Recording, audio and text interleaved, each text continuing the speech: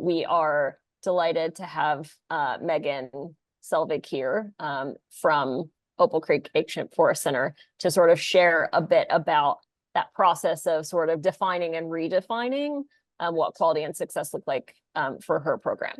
And so I'm not gonna, Megan, give you too much of an intro, except to say that you're the programs director for Opal Creek Ancient Forest Center, and we are super, super grateful that you are willing to share a bit about your story. So I'm going to pass it over to you. If you want to add more to introduce yourself, you're welcome to. And thanks so much for being here.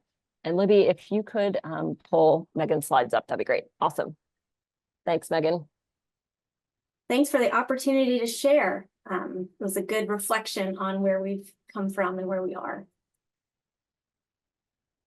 Great, so asked to speak about redesigning Opal Creek Outdoor School as part of Opal Creek Ancient Forest Center.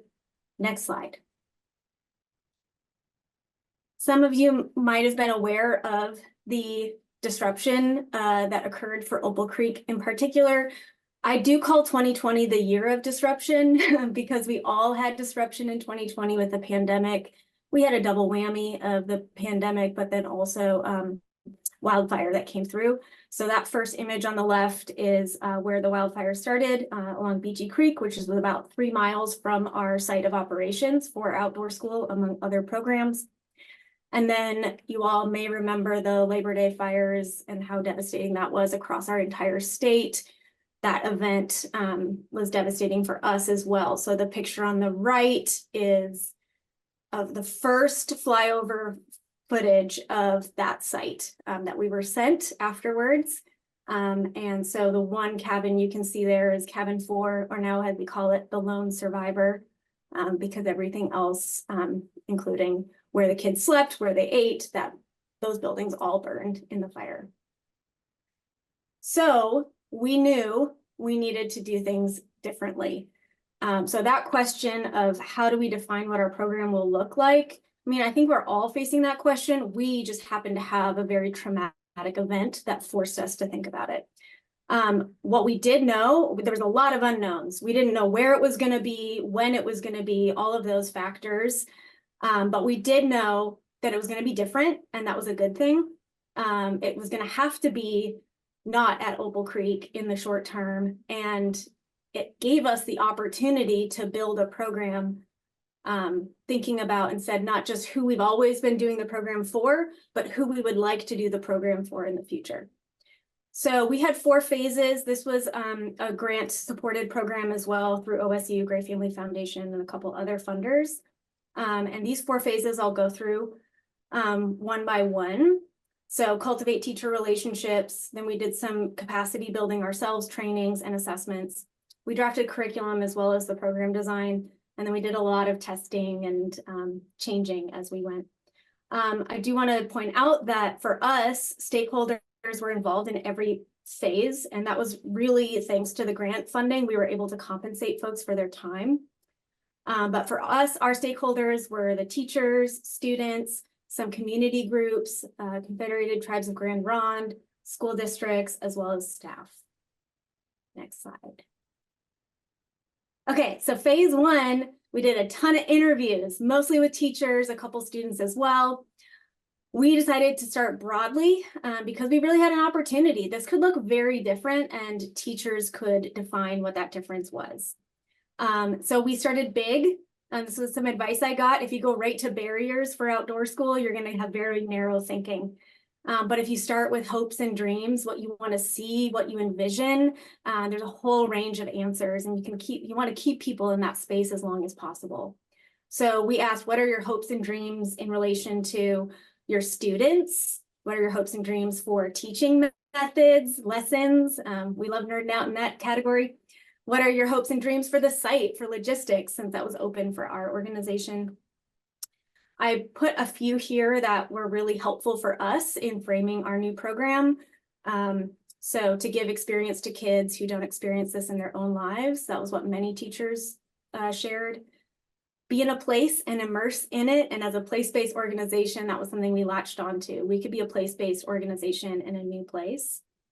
tribal influence to honor multiple voices. And also teachers really need this to be aligned to NGSS and be science forward as well.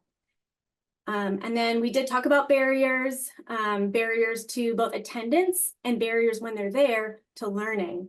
And here are a few I pulled out that were helpful again in our program design. Just the acknowledgement that overnight outdoor school is outside cultural norms for a lot of communities, specifically Latino communities. So acknowledging that and thinking about ways to make that a more welcoming space. For trans students, many teachers talked about a lot of sites they go to, and we all know this, binary sleeping arrangements in public bathrooms are a source of difficulty. Food, as well as OSU team, I'll have you know that the 5th, 6th grade teachers we talked to didn't really have a lot of barriers around some of the logistics, but the high schoolers that do not receive OSU funding had a ton about gear, transportation, tuition, paying staff. So that just really shows me and us what the impact of Measure 99 can have. And then I'll just highlight here that throughout our teacher interviews, the whole theme again was your feedback will directly influence the future of our program. And I think we got some really authentic, helpful answers because of that.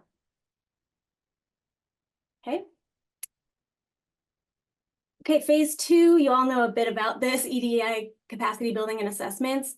We did find these very helpful. I'm sure folks are aware of CURSET, ERSET, CSET, but in redesigning a program, just thinking about where we were and where we want to be, CURSET in particular was a really excellent framework for us to envision the future program we wanted to have, because CURSET, culturally responsive, really was our area of focus at the time.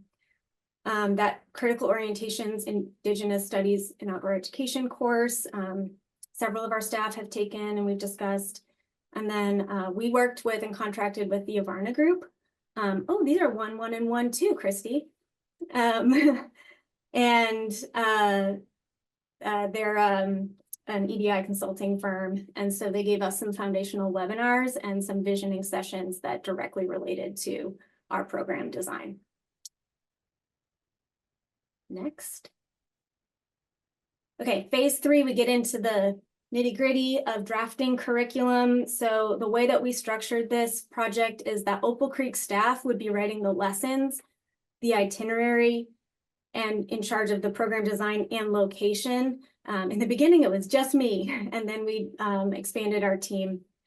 And then we did contract with 2 equity consultants, and they gave us advice and guidance through weekly in-person meetings.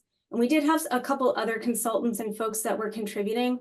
And our strategy was always, we're going to do the work because your time is super valuable. So we want you to respond to the work. And then we'll do more work and respond to that work.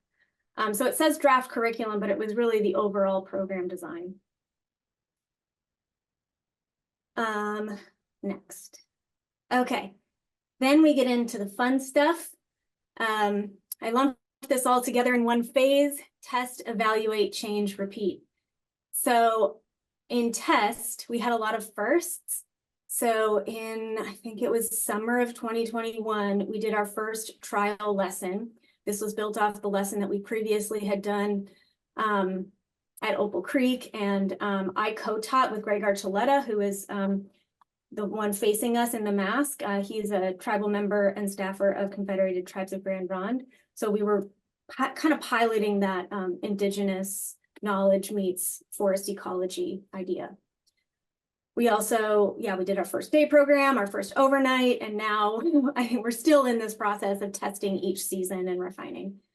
Our version of evaluation has been very informal. We're also attending this workshop series for that very reason. We want to make it more formal, but so far it has been just relationship based, trying to get good feedback from teachers, from students, from tribal members, and from staff. And then the changes that we're making, we kind of go back through the process again, and we are rewriting curriculum. Like I shared in the beginning, we're looking at the in-between times, and we do the work, but we're looking for advice and guidance from those stakeholders. And then last slide. Okay, so thinking about key outcomes, there's a lot. But the key outcome I see is improvement every season. We are getting better. I would lie to you if I said it went great the first season. But what we're looking for is that the curriculum is getting better, that the experience is getting better for students and for teachers. OSU wanted me to reflect on how do we define what our program would look like, and then also who was involved in the process. And I think the key takeaway is that we had people involved in the process throughout, and they actually defined what our program would look like. Especially in the beginning, it was just me as an Opal Creek staffer, and it just couldn't be designed by one person. It had to have input from a lot of different voices. And our story meant that we had the opportunity to do that. So who was involved in the process? Opal Creek, Grand Ron, Yavarna Group is that equity consultant firm, and then all these schools and school districts. My pitch to you all is Opal Creek did have this transformative, disruptive experience with the Beachy Creek fire, but I don't think you need a wildfire to redesign your program. I think we are blessed with an off season, and we all have the time to reflect on what we've done in the past and how we could improve it. And I will say an unanticipated outcome that we've had is we used to be on that off-season trajectory ourselves. The off-season is when we improve. The off-season is when we change. And I didn't expect this, but as we've been doing this process, it's embedded in our culture now. So change is happening throughout the season. Guides are changing curriculum and lessons throughout, and they're saying, hey, the student loved this activity, I tried it out, and so another guide is trying it out. So we have become a culture of improvement even mid-season. Okay, that's what I have to share, and I think we have time for questions. I think it's important to make time for a couple of questions. So I would, what questions or curiosities do folks have for Megan?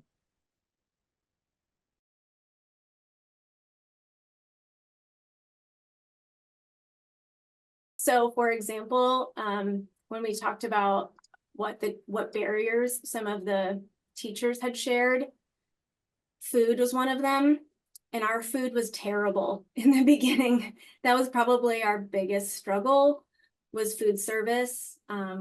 We've commiserated with some other providers about that, of trying unique ways to deliver food.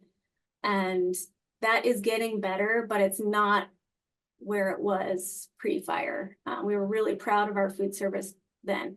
And why that matters is that's how you connect to home, right? If you're well fed, if you are nourished, you're going to learn better. So that's been a big emphasis of ours, and we're seeing the improvement, and I'm really optimistic about the year we're going to have ahead with the staff we have ahead.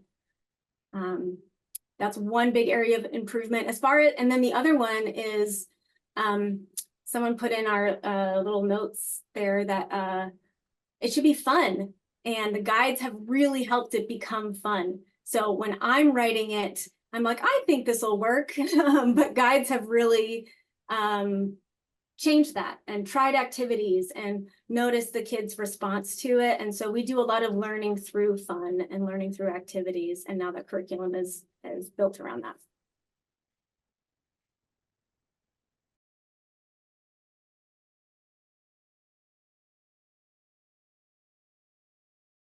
So we have a couple teachers that are our #1 fans. And so we went to them and we were like, we would like to do these teacher interviews.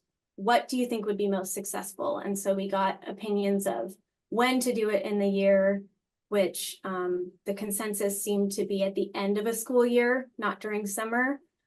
And so we figured out the time, and then I just kind of cast a broad net to schools. We were particularly, it wasn't so broad. We were looking at schools with low income and minority populations that were pretty high. And so I cast a net to schools that we've worked with in the past that know Opal Creek, but then we also talked to a lot of schools that we haven't yet worked with and might not even, because they might go to some of you, but they had really helpful things to share. So, and then again, we compensated them for their time.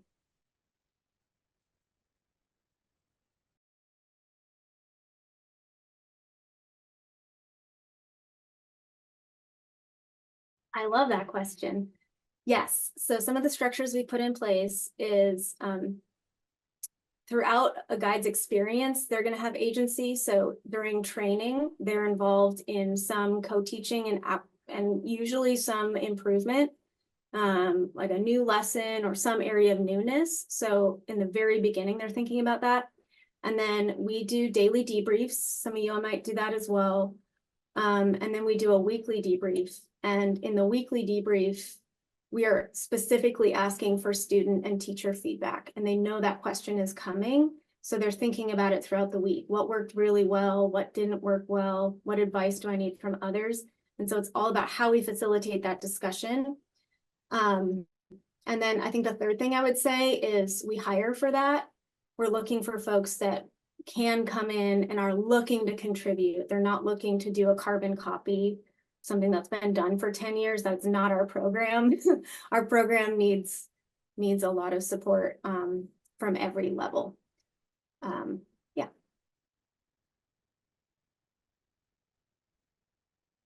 Thanks all. And Megan, thanks again for being here. I learned a lot. That was really great. Thank you so much for sharing.